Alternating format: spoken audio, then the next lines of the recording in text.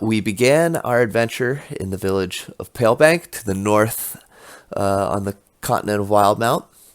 Our ragtag group of adventurers were brought together to try and find the cause of a mysterious disease that killed one of the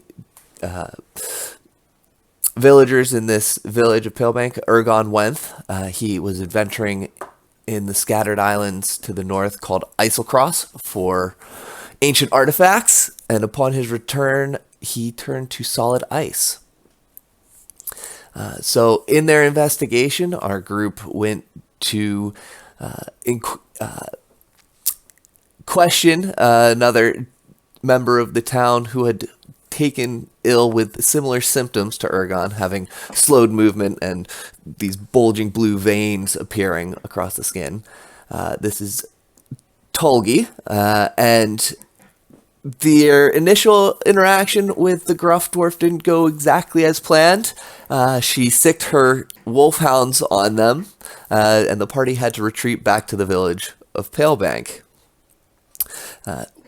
So after returning to Palebank, you decided to investigate Ergon Went's house and found it abandoned and ramshackled, but you did discover a receipt from a curio shop in town, Pelk's Curiosities, where Ergon had sent what he had found from adventuring in Islecross. You went to investigate and follow up at Pelk's Curiosities, where you found bandits ransacking the place.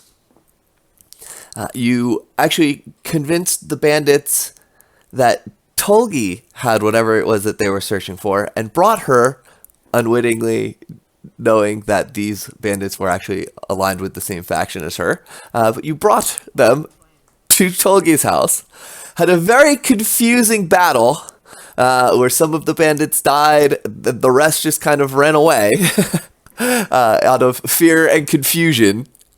But you eventually did subdue Tolgi, and where we left off last time, she kind of defeatedly retreated back into her house, telling you that she would to come on in and she will tell you everything that she knows.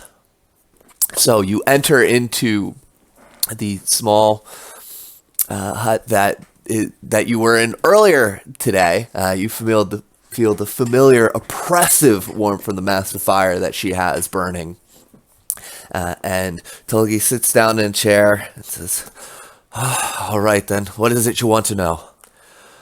All right, a couple years ago, me and my sister, Julil, came here to Palebank on behalf of the Utalot crime family out the Shady Creek Run. We're supposed to keep an eye out for any artifacts or valuables that came back from Islecross. And most of that stuff tends to end up in the hands of the Empire or the Earth Dudarn Diarchy.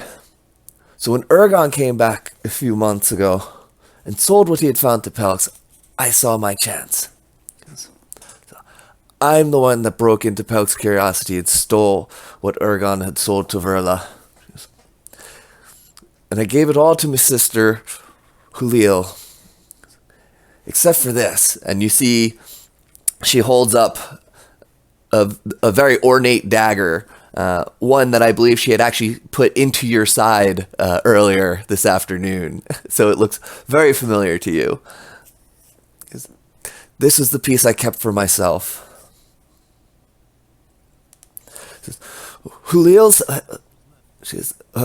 has the rest of it. The couple of statues, I think, and a scroll case and some glass vials. Might have been a couple other knickknacks. And she's holed up in Croaker Cave outside of town with the rest of the crew. I don't know how I got this disease, but I knew that Ergon died from it. So I also broke into Ergon's house and tossed it, looking for anything that I could find that might tell me what caused this or if he had a lead on the cure. But I got nothing. But I've heard that My sister is also afflicted with whatever this malady may be.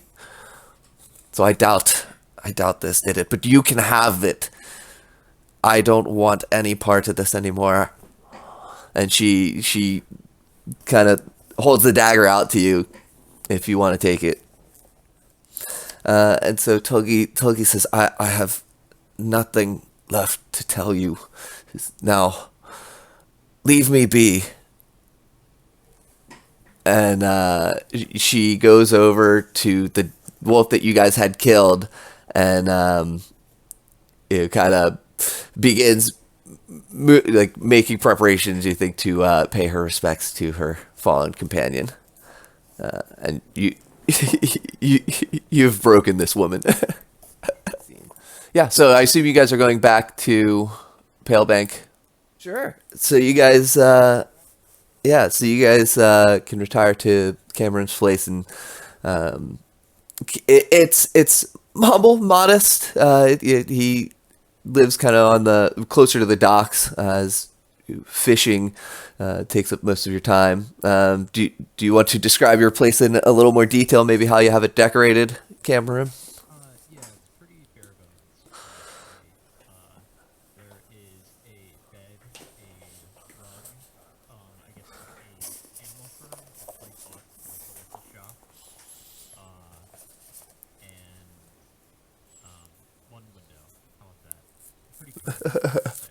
Considering that I'm like 6 feet tall, I'm kind of like hunched over a little bit. And that is kind of typical of a lot of the architecture here too. Is a lot of lower ceilings to help keep things warmer, keep the heat in and down. Yeah, so I'll say you guys are able to take a long rest and pass the night uneventfully in Cameron's modest yet comfortable accommodations.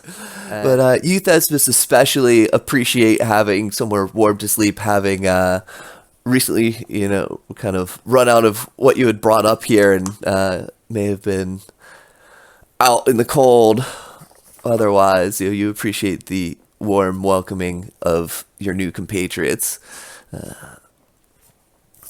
So in the morning, you guys can rise and set out, and as you're coming out, you actually see coming towards Cameron's Elro Aldator, accompanied by another figure, and Elro flags you down as you guys were just leaving. He says, good morning. He says, I heard there was some commotion yesterday, and I thought that you might need some more help. So I brought an old friend of mine, and he says, Remo and I used to be adventurers until I took that arrow to the knee. And Remo Eltil, would you like to describe yourself? As they approach, you see this accompanying figure more clearly. So Tolgi mentioned Croaker Cave, and Cameron, you would actually, as a local, you would actually know where this is.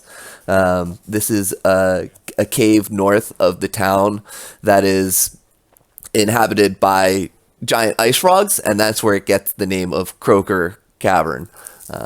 And Tolgi told you that was where Julio was.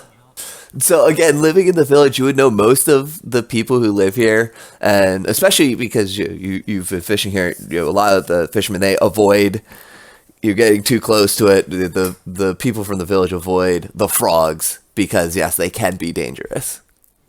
13. Yeah. So in your travels up here, most people would have to pass through Shady Creek Run.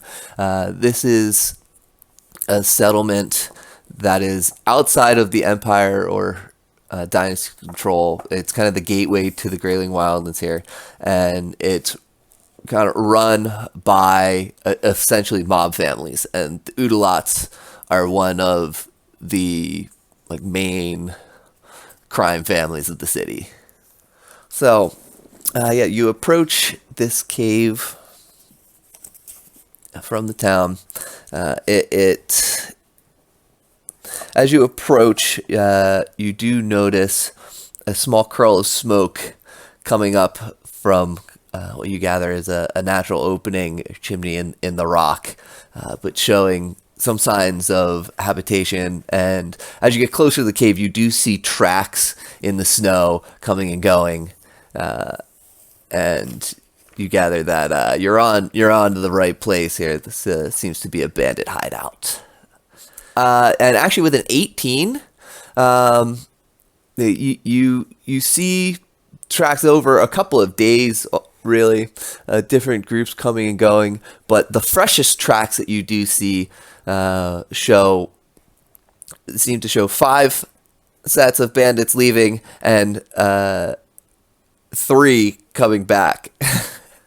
So, you enter the cave. The slow dripping of water sounds out where it falls from stalactites down into a murky pool that fills the rough tunnels ahead. Every few moments, a loud croaking sound out from somewhere in the darkness beyond. With dark vision, you can see a 25-foot long heavy wooden beam lying against the west wall of the cave at the south end of the pool. The bandits have been using this to cross the pool, and they pull it back to the far side when they're in, to make it harder. So you see it.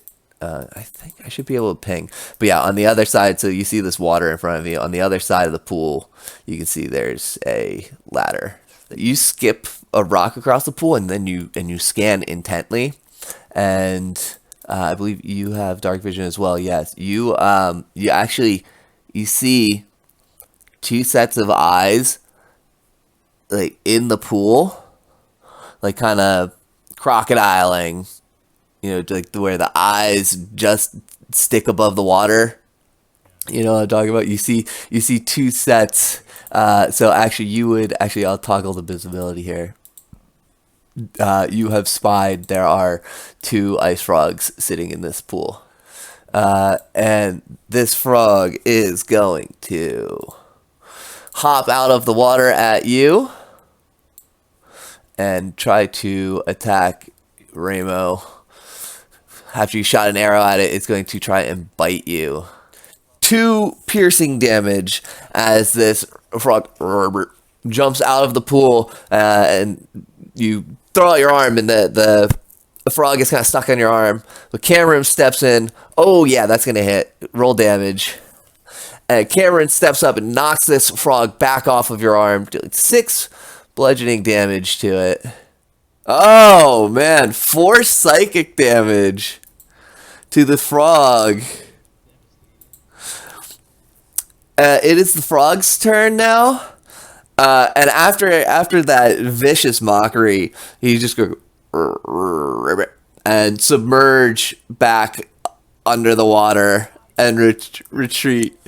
So as you're coming to cross the river,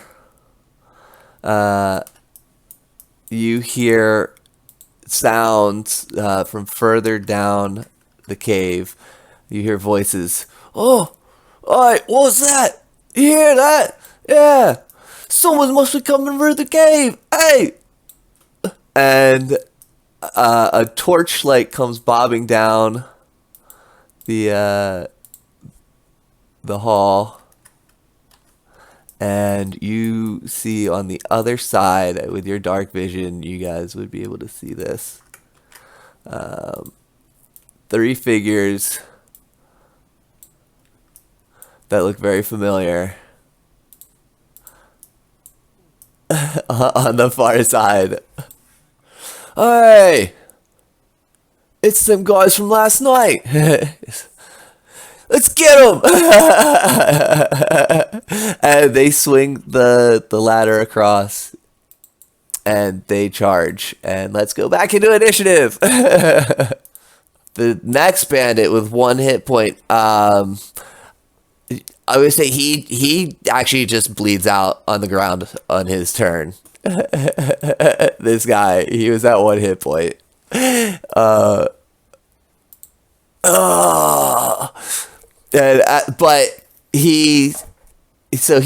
this guy expires, but he's still jawing at you guys. Avenge me, my brothers! Avenge me! Don't let my sacrifice be in vain! Okay. So after you shoot this guy with an arrow, you see blood's leaking into the water. You hear a, and there's a big splash as the frog that you guys had left earlier comes up and grabs this guy and drags him beneath the water.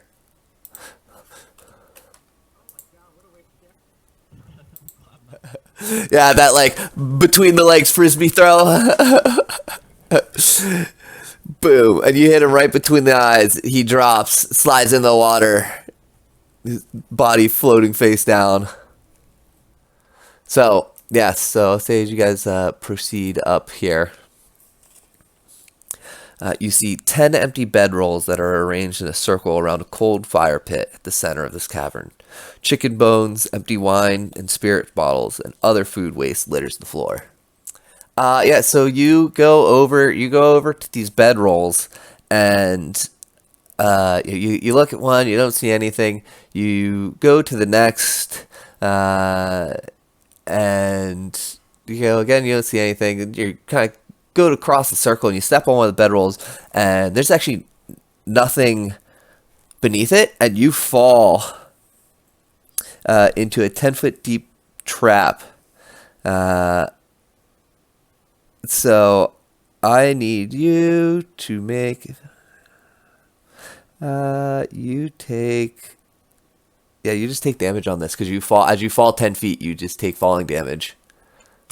You take 6 bludgeoning damage as you went down, like you were just walking normally, and then the ground disappeared, and you just fall flat on your face down 10 feet hard in one of the bedrolls. All right, so let's say you guys are able to halt Thespis back up out of this this pit. So water dripping down from stalactites in the ceiling fills a dark pool that completely covers the floor of this cavern. If you would like to, you can skip a rock. Yeah, so as you skip the rock, you hear a massive and you see an enormous ice toad emerging from the waters.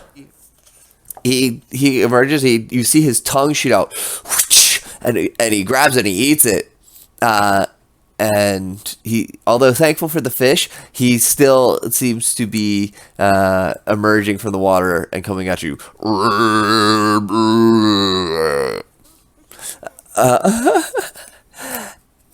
And at that, we're gonna have to call initiative.